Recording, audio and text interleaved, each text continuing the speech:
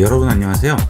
스마트폰을 이용하실 때 가장 먼저 접하게 되는 부분이 빠른 설정 알림창입니다. 이 빠른 설정 알림창만 잘 이용하셔도 스마트폰을 좀 더 쾌적하게 이용하실 수 있습니다. 지금부터 빠른 설정 알림창의 다양한 활용 방법을 알아보겠습니다. 스마트폰 홈 화면을 보시게 되면 상단에 알림 표시가 이렇게 굉장히 많이 나오는 분들이 계시죠? 자, 이것들이 어떤 알림인지 궁금한데, 자, 그것은 어디서 보죠? 상단 화면을 터치해서 내리시게 되면 알림들이 나오게 되죠. 자, 문제는 이렇게 알림을 터치해서 좌측으로 밀거나 우측으로 밀어서 없앴을 경우 그 알림은 상단에서 사라지게 되는데 그 알림을 다시 보고자 한다면 볼 수가 없어요. 그렇죠? 자, 찾을 수가 없죠. 이 알림들이 어디서 왔는지 알기 위해서는 알림창 하단에 있는 알림 설정으로 들어갑니다. 그러면 여기에 최근에 알림 보낸 앱이라고 해서 나오죠. 여기에 더보기를 누르세요. 자, 그러면 저는 데일리보드, 삼성클라우드, 리멤버, 구글 이런 데서 알림들을 보냈어요. 문제는 내가 앱을 설치를 할 때 알림이 자동 설정이 되기 때문에 필요 없는 알림이 계속 오는 거죠. 자, 그럴 경우에는 알림을 끌 수가 있습니다. 데일리보드나 삼성클라우드 같은 경우에는 끄는 버튼이 나오지 않죠. 그 아래 보시면 내가 설치한 앱들은 다 알림을 끌 수가 있습니다. 여러분들이 받은 알림 중에서 필요 없는 알림이 분명히 있을 거예요. 그런 알림들은 다 끄도록 하세요. 저는 강의를 위해서 리멤버 설치를 했는데 그때 알림 설정이 됐기 때문에 지금 알림이 왔던 거예요. 이런 것들은 꺼놓는 거죠. 그 다음에 받은 앱들 중에서 여러분이 꼭 필요하지 않은 알림들은 전부 이렇게 끄도록 하세요. 알림이 자주 오게 되면 그것도 굉장히 신경 쓰이죠. 자주 사용하지 않는 앱들 또는 한번 설치하고 한 번도 사용하지 않은 앱들, 이런 알림들은 전부 꺼주도록 하세요. 그 다음은 좀 전과 같이 이렇게 알림창을 내려서 지웠을 경우에 다시 봐야 할 경우가 있죠. 깜빡 잊고 잘못 지웠어요. 다시 봐야 되겠는데 그 알림을 찾을 수가 없죠. 자, 그 알림은 제일 아래쪽에 고급 설정이 있습니다. 여길 들어가세요. 그러면 여기에 알림 기록이라고 있죠. 알림 기록 들어가시게 되면 내가 최근에 받은 알림들이 전부 여기에 나오게 됩니다. 거기서 지우더라도 여기에서는 전부 보이게 돼요. 물론 알림 기록은 여기 있는 사용 중에 체크가 된 이후부터만 기록이 되게 됩니다. 그 전에 것은 기록이 되지 않아요. 자, 알림창 다시 내려보겠습니다. 자, 그 다음 알림이 오게 되면 그냥 넘어가는 분들이 많은데 이 알림은 우측에 있는 화살표를 이용을 해서 열어주게 되면 확인을 해볼 수가 있죠. 문자 같은 것도 전부 알림으로 오기 때문에 문자의 경우도 이런 식으로 알림을 확인할 수가 있습니다. 그 다음은 지금 바로 확인을 할 수 없지만 나중에 다시 봐야 할 경우가 있죠.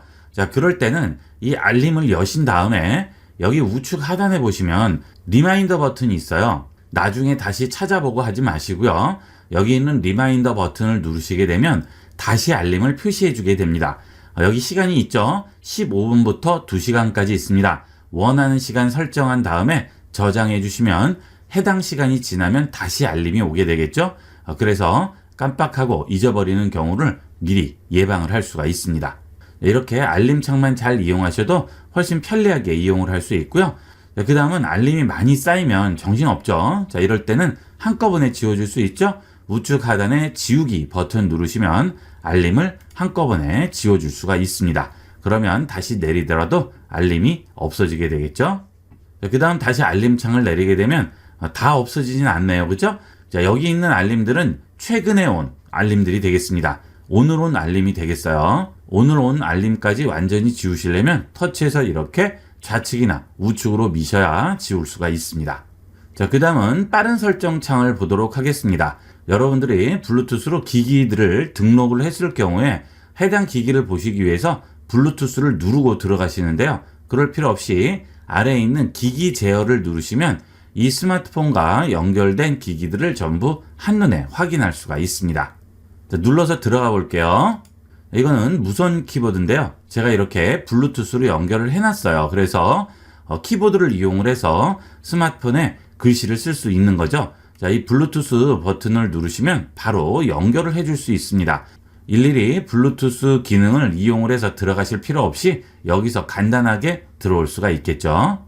자, 그리고 갤럭시 스마트폰의 이 스마트 띵스는 삼성 기기들하고는 연동이 되죠. 그래서 냉장고라든지 TV 이런 것들과 연동을 해서 세탁기를 켜준다든지 냉장고 안에 있는 음식물 상태를 확인한다든지 이런 것들로 전부 활용을 할 수가 있습니다. 삼성 가전을 이용하시는 분들은 이 스마트 띵스를 이용을 해서 연동을 해보도록 하세요. 자, 그 다음은 미디어 출력이죠. 자, 이 미디어 출력 같은 경우에는 여러분 스마트폰에서 듣는 소리를 블루투스 스피커를 통해서 들을 수 있는 거죠. 물론 그 경우에는 블루투스가 연결이 돼 있어야 되겠죠. 블루투스 연결 방법을 보도록 하겠습니다. 블루투스 연결이 잘 안 돼서 물어보시는 분들이 많으신데요.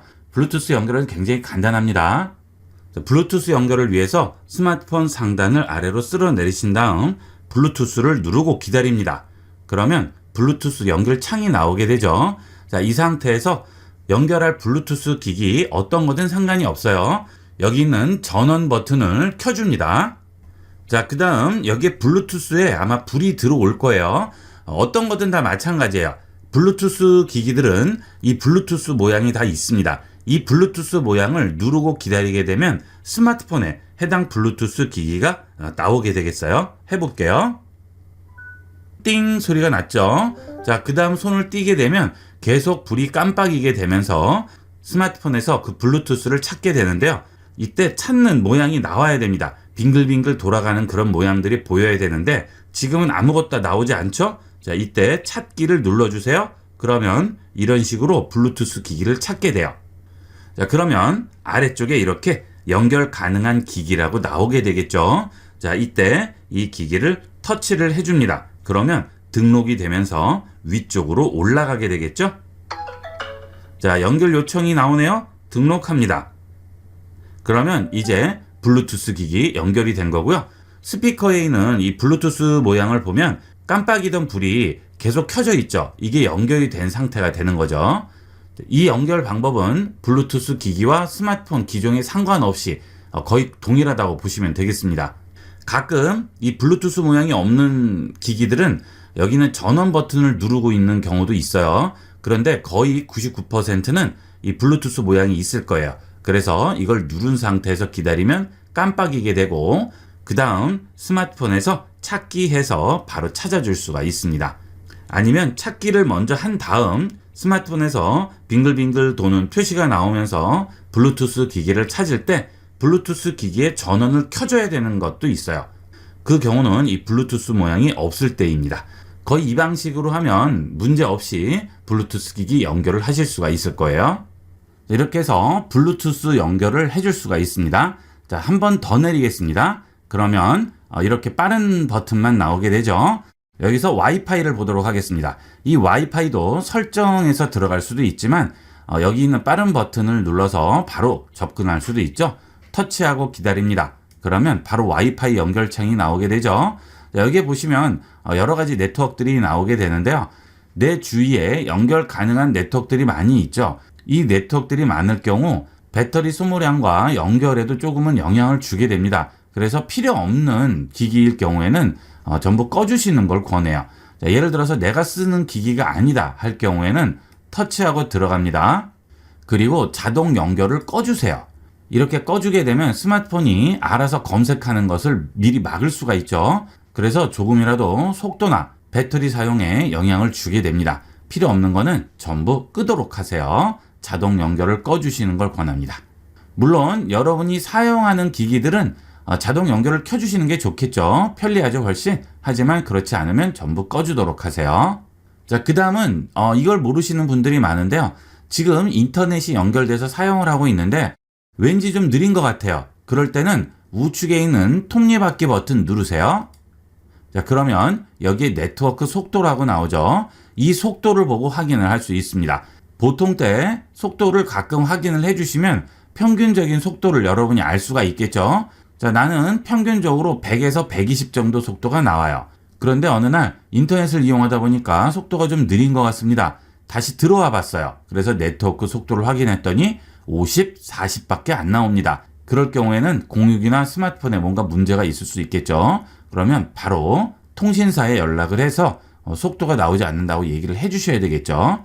여러분들이 보통 공유기를 거의 안 끄시죠? 저도 안 끕니다. 자, 그러다 보니까 공유기에 부하가 굉장히 많이 걸려요. 의외로 공유기에 문제가 있는 경우가 굉장히 많습니다. 문제가 있을 때 그때그때 전화를 해서 상담 이력이 있어야 공유기 교체라든지 속도 측정 같은 것들을 AS를 받을 수가 있겠죠. 그래서 문제가 있으면 고객센터에 바로바로 연락을 해서 이력을 남겨두도록 하세요.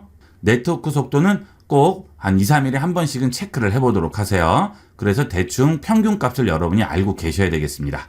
자, 그 다음에 손전등이죠. 자, 손전등 누르시면 바로 손전등이 켜지게 되고 다시 누르면 꺼지죠. 자, 그런데 이 손전등을 누르고 있습니다. 그렇게 되면 손전등의 밝기를 조절할 수 있어요. 기본값은 5단계 값으로 나오게 되는데요. 밝기가 너무 밝다 할 경우에는 단계를 조절할 수가 있겠죠. 자, 사용함으로 바꿔주시고요. 밝기 단계를 조절을 해주시면 나에게 맞는 손전등의 밝기를 지정을 해줄 수가 있습니다. 또는 나는 손전등이 너무 어두운 것 같다 할 경우에는 여기서 확인을 한번 해보세요. 이렇게 낮춰져 있으면 좀 더 올려주시면 되겠죠. 그 다음은 방해금지 모드죠. 이 방해금지 모드도 굉장히 유용하게 쓰일 수 있는데 잘 이용을 안 하세요. 자, 방해금지 누르고 들어갑니다. 자, 여기 있는 빠른 설정들은 다 터치하고 기다리면 세부 설정으로 들어올 수 있어요. 지금 방해금지 꺼진 상태인데요. 자, 여기서 방해금지를 누르시면 일정을 추가할 수 있어요. 예를 들어 수면 시간에는 방해금지를 켜놓는다든지 할 수가 있겠죠. 그런데 이 경우에는 일일이 끌 필요가 없고 이 시간 안에서만 방해금지가 되기 때문에 시간이 지나면 자동으로 방해금지가 꺼지게 되겠습니다. 그 대신 이 부분에 체크를 해서 켜주셔야 되겠죠. 자, 그게 아니고 내가 잠시 동안 업무나 회의를 해야 되는데 그때만 방해금지를 켜고 싶어요. 그럴 때는 좀 전에 본 빠른 설정에서 바로 방해금지를 켜주시면 되겠죠. 자, 그런데 그 경우에도 예외가 있을 수 있죠. 중요한 전화가 온다든지 중요한 문자가 온다든지 이럴 수가 있습니다. 그럴 때는 예외를 설정을 해주는 거죠. 자, 여기 들어갑니다. 방해금지 예외를 허용하는 거죠. 자, 전화는 허용 안 하는 상태로 올려놨네요. 자, 그런데 이 아래 보시면 2번 이상 걸려온 전화라고 있죠. 자, 급한 일일 경우에 전화를 계속 할 경우가 있죠. 이때 같은 번호로 15분 내로 다시 전화가 오면 그때는 전화벨이 울리는 거죠. 자, 이것도 체크를 해서 이용을 하실 수가 있겠죠. 자, 그 다음에 메시지는 적용 안 함으로 돼 있죠. 자, 메시지나 대화 같은 걸 이용해야 할 중요한 일이 있습니다. 그때는 여기를 눌러서 저장된 모든 연락처나 즐겨 찾는 연락처만 지정을 해줄 수가 있는 거죠. 아니면 전체를 할 수도 있습니다. 자, 전체를 해주시면 광고 전화가 올 수도 있으니까 저장된 연락처로 해주시거나 아니면 즐겨 찾는 연락처만 해주시는 게 좋겠죠. 자, 그거 필요 없이 그냥 방해금지를 하시겠다 하시면 전부 예외에 적용 안 함으로 해주셔야 되겠습니다. 그 다음은 소리인데요. 자, 여러분들이 통화 중에 여기 있는 음량 버튼을 눌러서 소리를 줄인다든가 또는 벨소리가 울렸을 때 음량 버튼으로 소리를 줄인다든가 하시는데 그게 적용이 잘 안 되는 때가 있죠. 자, 한번 해볼게요. 자, 저는 우측에 음량 버튼이 있습니다. 자, 이걸 조절을 해보겠습니다. 그럼 이렇게 나오는데 자, 이 위에 있는 점 3개 버튼을 누르세요. 자, 그러면 음량이라고 해서 나오게 되죠. 기본값이 벨소리로 돼 있어요. 자, 여러분들이 유튜브를 본다든지 할 경우에 유튜브 소리를 조절해야 되는데 소리가 잘 조절이 안 된다든지 그런 경우가 있죠. 자, 그럴 때는 여기 있는 미디어 음량을 조절을 하셔야 되는 겁니다. 자, 빅스비를 이용하실 때는 빅스비 음량 조절하시는 거고요. 알림은 알림 음량 조절하셔야겠죠. 그 다음 시스템 소리는 시스템 소리로 조절을 하는 거죠. 여러분들이 조절을 하실 때 이걸 보고 이용을 하셔야 되겠어요. 설정 들어가겠습니다. 자, 가끔 여기 버튼을 눌러서 조절을 하는데 조절이 안 되는 경우가 있어요. 그때는 아래쪽에 보시면 미디어 음량 조절에 체크가 돼서 그렇습니다. 음량 버튼으로 미디어 음량만 조절하도록 설정하라고 하죠. 이걸 켜주게 되면 여기 있는 버튼으로 소리를 조절을 해도 미디어 음량만 조절이 되고요. 벨소리 조절이 안 돼요. 가끔 자기도 모르게 이게 켜지는 경우가 있습니다. 여기에 있는 미디어 음량 조절을 꺼주시면 음량 버튼으로 벨소리를 조정을 할 수가 있겠죠. 복잡하게 생각하실 필요 없이 일단 소리 조절한다 하시면 무조건 음량 버튼 누르시고 점 3개 누르신 다음 여기는 전체 음량으로 들어오신 다음에 여기서 보고 조절을 하도록 하세요. 이게 제일 확실한 방법이 되겠습니다. 자, 그 다음은 스마트폰 이용하시다 보면 얘가 알아서 휙휙 돌아가는 바람에 굉장히 불편한 적이 있으실 거예요. 자, 그때 여기 있는 가로 세로 버튼을 이용하게 되는 거죠. 자, 터치하시면 자동 회전, 한 번 더 터치하면 고정이죠. 자, 이것을 누르고 기다리게 되면 자동 회전 설정으로 들어오게 됩니다. 그러면 지금 사용 안 한 상태인데요. 아래로 내려가 보면 수동 회전이라고 있어요. 내비게이션 바에 회전 버튼 표시라고 나오죠. 화면 방향이 바뀔 때 버튼을 눌러서 수동으로 회전을 할 수 있습니다. 나는 세로로 보고 싶은데 화면이 가로로 돌아갔어요. 그럴 때 이용을 할 수 있겠죠. 그 다음은 제일 끝으로 터치해서 밀게 되면 플러스 버튼이 나오죠. 이 플러스 버튼을 누르시게 되면 지금 현재 나와 있지 않은 다른 추가 가능한 버튼들이 나오게 됩니다.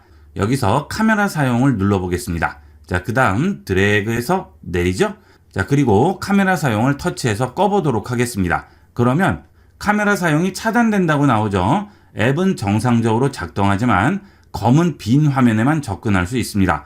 그래서 줌 같은 화상회의를 한다거나 또는 영상통화를 할 때 상대방에게 내 얼굴을 보여주고 싶지 않을 때 그럴 때 이용을 하시면 까만 화면으로 전송이 되니까 안전하게 이용을 할 수가 있겠죠.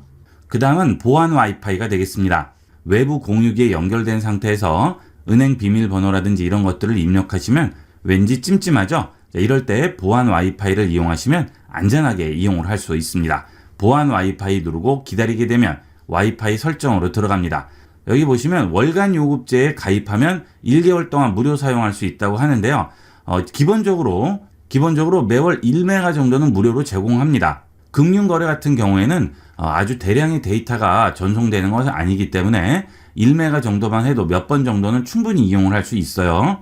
가끔 외부 공유기를 이용을 해서 금융거래를 하신다든지 또는 문자 같은 거를 하실 때나 이럴 때도 왠지 불안하다 하시면 이렇게 보안 와이파이를 이용을 하시게 되면 안전하게 이용할 수 있고요.